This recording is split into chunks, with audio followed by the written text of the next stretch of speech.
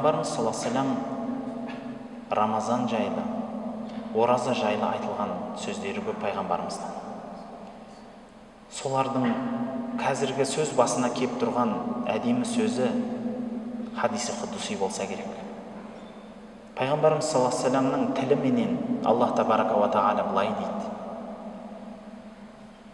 пендемнің жасаған ғибадаттарының барлығы өзі үшін болады.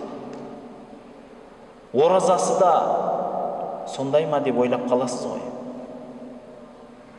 Намаз, зекет, қажылық барлығы өзі үшін болады. Бірақ ораза емес депті. Мен үшін ішіп жемнен тыйылды. Мен үшін аш жүріп шөліркеді. Мен ол кісімен қияметте өзім есептесем депті. Пайғамбарымыз саллаллаху алейхи вассаламнан келген бір хадис бар.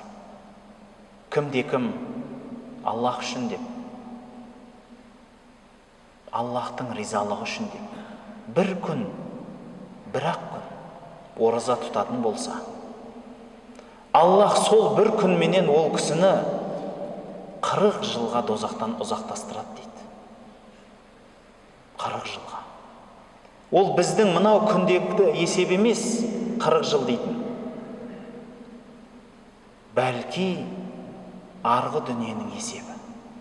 Ол күннің бір күні біздің 50 мың жылға татиды. Енді 40 жылды ойлаңызшы, қандай болады.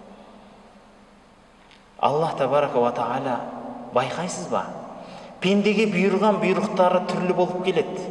Ғалымдарымыз оларды фарыз, сүннет, мұстахаб деп бөлді. Тыйған тыйымдарын харам, макрух деп бөлді. Енді ақылына салған адам көреді. Парыздар азырақ болады, сүннеттер одан көбірақ.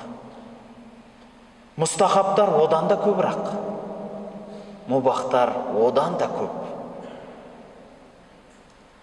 Осылайша Алла адамды қинамайшы деді. Бұйрық берсе де өз еркімен істесе екен деген бұйрықтар болды.